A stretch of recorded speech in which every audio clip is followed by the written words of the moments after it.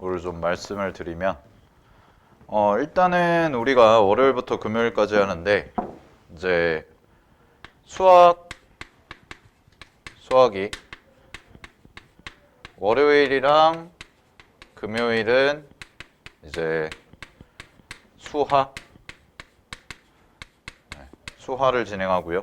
월금에는 그 다음에 화요일이랑 목요일은 수학상을 합니다. 수상을 할 거야. 그래서 월요일 금요일 수화 같은 경우는 뭐 일단은 2학기 과정이기도 한데 수화는 이제 뭘 할 거냐면 고쟁이 있죠. 고쟁이 할 거고요. 그 다음에 수상은 고쟁이랑 그 다음에 블랙라벨. 그래서 이렇게 수업이 진행이 될 겁니다. 알겠죠? 그 다음에 이제 매주 수요일은 아침에 오면 이제 뭘 할 거냐면 모의고사를 풀 거예요. 모의고사를 여러분들이 그 모의고사가 100분이에요. 고등학교 1학년 모의고사가 수능도 100분이거든. 30문제 기준으로. 그래서 아침에 이제 100분 시간 재고 30문제 풀고 그런 다음에 그 모의고사 푼 거 가지고 4교시에 3교시죠. 여러분들 기준으로는 3교시에 쌤이 해설 강의 할 겁니다. 알겠지? 그래서 모의고사는 이때 뽑아준다라는 거 알고 계시고 그 다음에 이제 과학 같은 경우는 과학은 이제 월요일이랑 금요일 그래서 내일부터 수업이 진행이 될 겁니다. 알겠죠? 월요일 금요일 해가지고 3시간씩 해서 통합과학도 진행이 된다라는 거 알겠니? 이렇게 그러니까 월요일이랑 금요일 같은 경우에는 이제 주로 수학하랑 그 다음에 통합과학 수업이 진행이 되고요. 월금에 좀 수업이 많아요. 그 다음에 화요일, 목요일은 수상, 오전에 수학상 수업 진행되는 거. 그 다음에 수요일 날은 모의고사 보고 해설 강의하고 그 다음에 뒤에 첨삭하고 클리닉하고 진행이 될 거예요.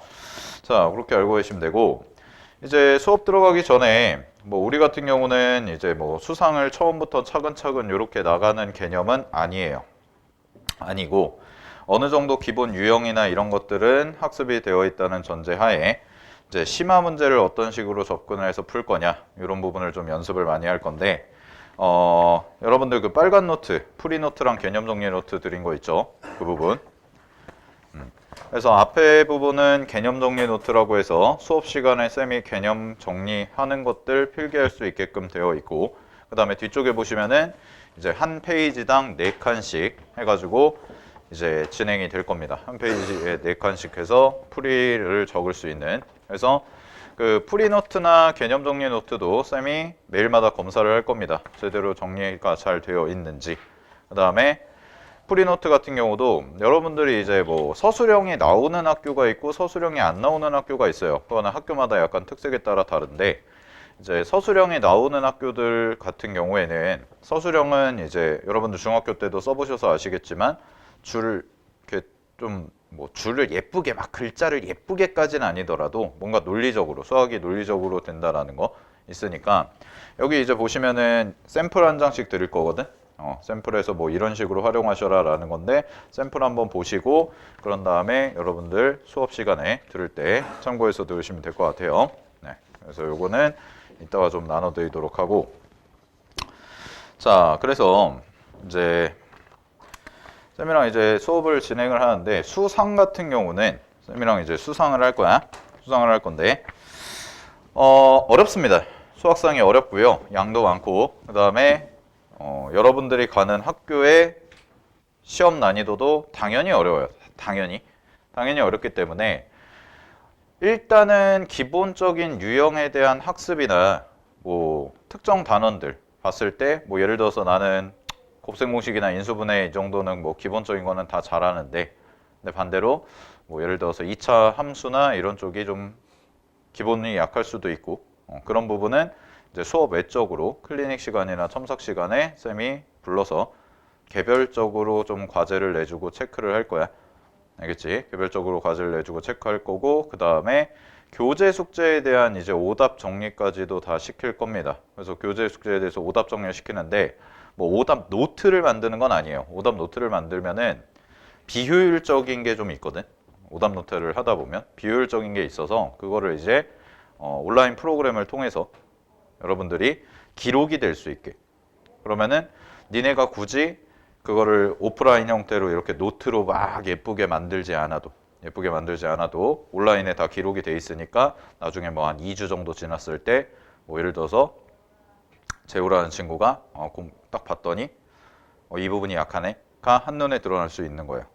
알겠죠? 그래서 그 부분을 또 집중적으로 학습을 할 수 있으니까 하시면 되고, 자, 그래서 우리가 방학 때는 이제 어떤 식으로 나갈 거냐? 수상 같은 경우에는 일단 고쟁이, 블랙라벨 이렇게 두 개 나갈 건데, 기본적으로 블랙라벨 2스텝까지는 끝내는 게 목표입니다. 블랙라벨 2스텝까지는. 알겠니?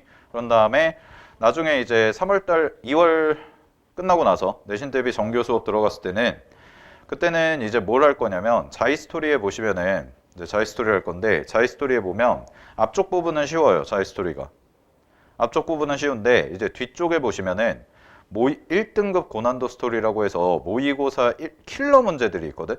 근데 그 모의고사 킬러 문제들이 여러분들 학교 시험에 거의 판박이로 나오는 경우가 많아요.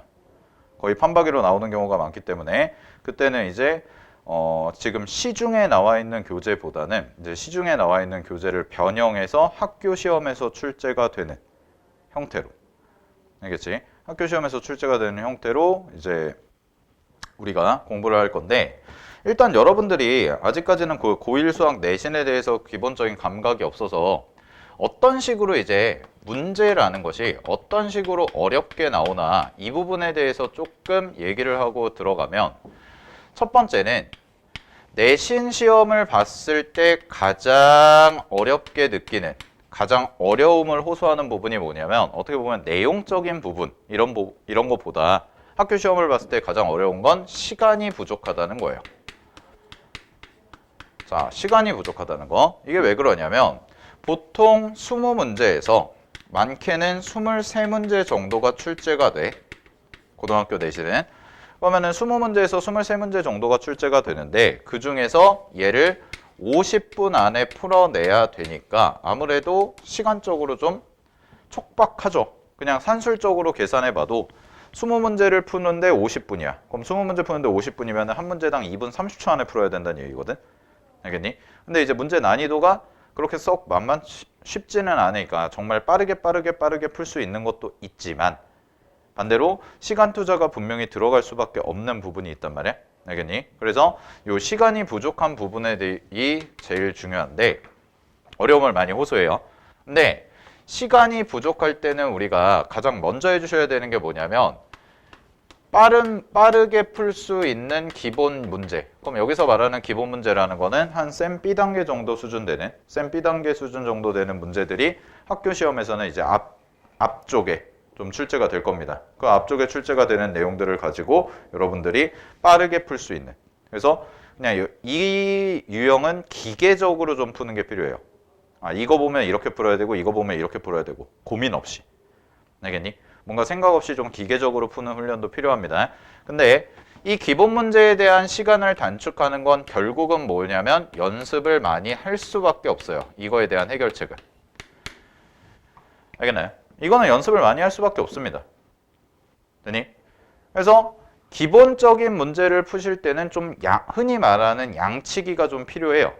그냥 이걸 맞췄다 틀렸다가 아니라 당연히 맞춰야 되는 건데 얼마만큼 시간을 단축할 수 있냐. 알겠니? 얼마만큼 시간을 단축할 수 있냐. 이게 포인트야. 뭐 하나 예를 들어서 그냥 해보면, 예를 들어서 쌤이 그냥 예시로 보여드리면 어느 정도 수준까지 돼야 되냐.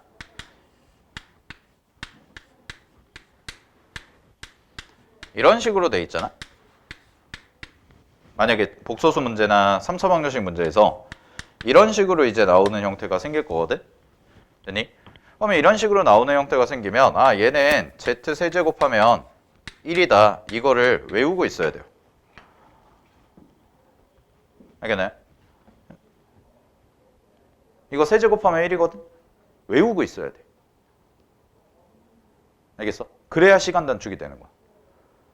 이게 이제 원래 문제풀이의 기본은 얘를 직접 해서 얘의 거듭 제곱근을 가지고 뭐 24제곱이라든가 28제곱이라든가 27제곱이라든가 이런 걸 추론하는 건데, 그게 아니라 이 모양을 봤을 때 얘가 이거 세제곱하면 1이야 가 머릿속에 있어야 돼. 그래야 문제를 빨리 풀어.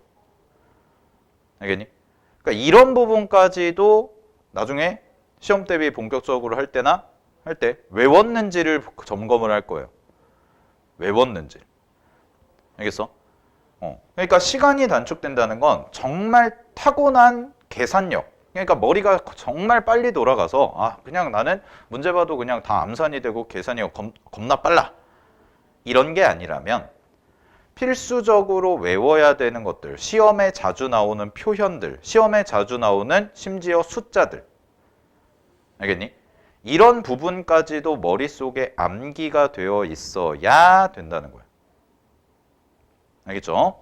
자, 그 다음에 이제 문제가 그럼 어떤 식으로 출제가 되냐. 크게 보면 두 가지로 얘기할 수가 있는데, 하나는 뭐냐면 첫 번째는 분명히 문제는 하나야. 문제는 하나인데 실질적으로 두 개 주제.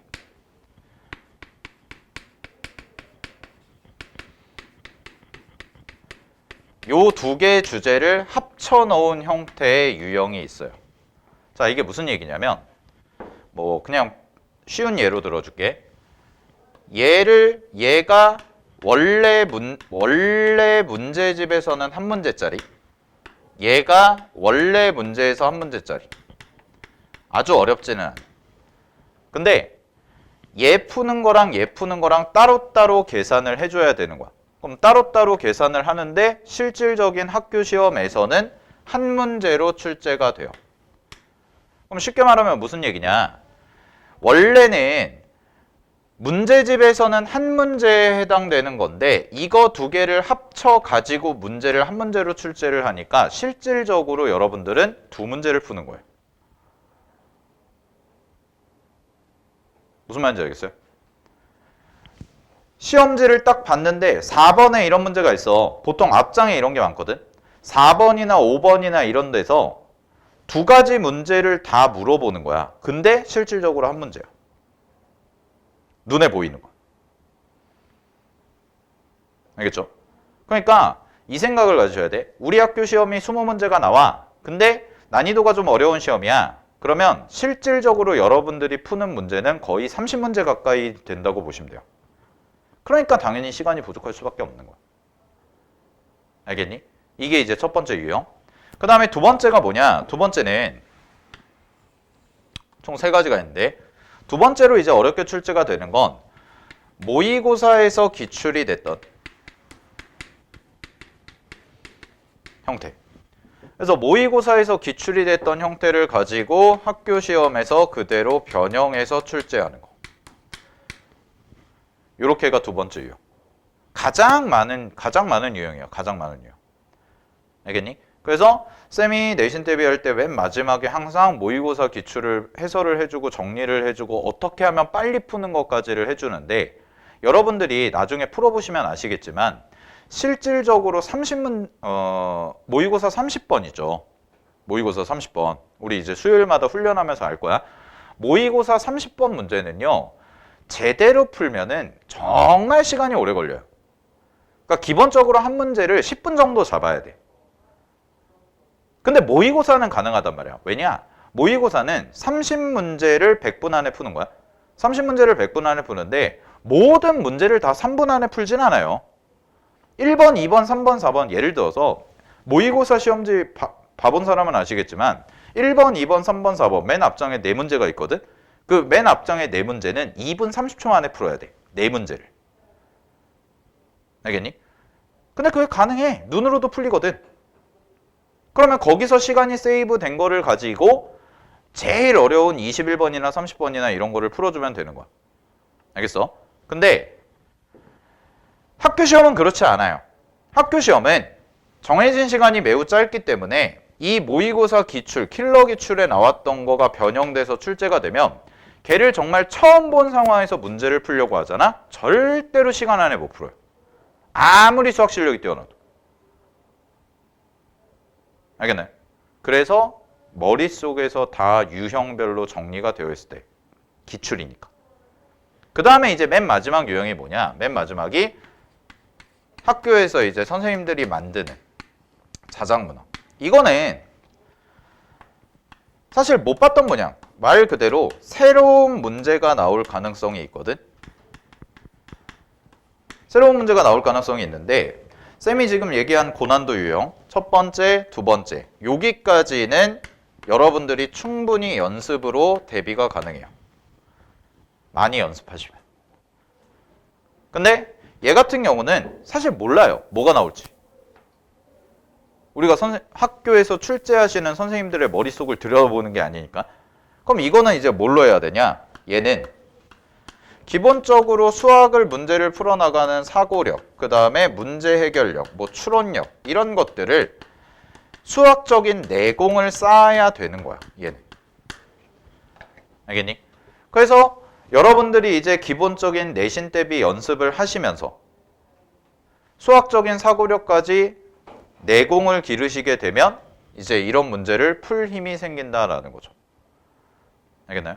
그래서 이 세 번째 단계가 가장 마지막 단계입니다. 아시겠죠? 그래서 요 두 가지. 요거랑 요거는 여러분들이 충분히 연습만으로도 극복이 가능하고 차분하게 그리고 많이 그리고 빠르게 연습을 하시면 충분히 극복이 가능한데 요 내공을 키우는 것까지를 자꾸 연습을 하셔야 돼요. 그거는 공부하는 과정 속에서 뭐 특출나게 이런 걸 연습한다의 느낌보다는 공부하는 과정 속에서 우리가 이제 어려운 문제들을 풀고 어려운 문제들을 어떻게 풀어나갈지를 적용을 시켜보고 연습을 해보면서 이제 하나씩 하나씩 키워나가야 되는 거지. 그리고 맨 마지막 이 수학적 내공은 시간 오래 걸립니다. 이거는 문제집 몇 번 풀어봤다고 되는 게 아니에요. 알겠죠? 오케이. 그래서 그런 부분까지도 할 거고 요거 연습시키는 것도 있으니까 어떻게 할지는 쌤이 차차 가르쳐 드리도록 하겠습니다. 자, 그러면 이제 쌤이랑 뭐 이 정도로 정리를 해 놓고 쌤이랑 이제 오늘 수업할 내용을 가보도록 할게요.